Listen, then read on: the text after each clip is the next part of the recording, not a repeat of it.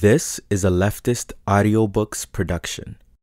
All texts and images used in the production for this audiobook are in the public domain and were taken from Marxist's Internet Archive.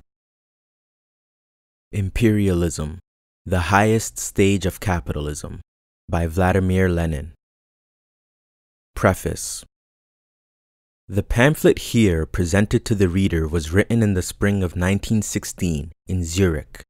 In the conditions in which I was obliged to work there, I naturally suffered somewhat from a shortage of French and English literature and from a serious dearth of Russian literature. However, I made use of the principal English work on imperialism, the book by J.A. Hobson, with all the care that, in my opinion, the work deserves. This pamphlet was written with an eye to the Tsarist censorship.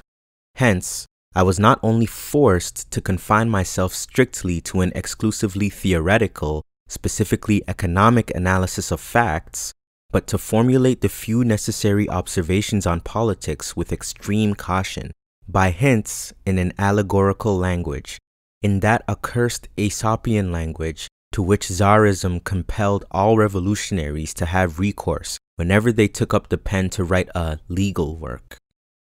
It is painful in these days of liberty to reread the passages of the pamphlet which have been distorted, cramped, compressed in an iron vise on account of the censor.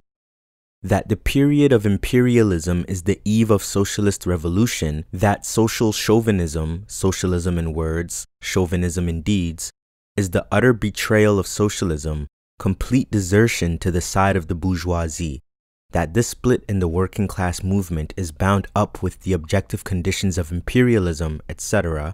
On these matters I had to speak in a slavish tongue, and I must refer the reader who is interested in the subject to the articles I wrote abroad in 1914 to 1917, a new edition of which is soon to appear.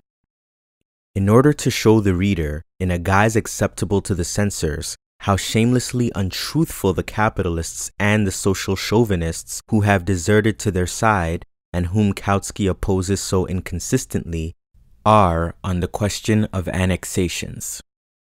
In order to show how shamelessly they screen the annexations of their capitalists, I was forced to quote as an example Japan.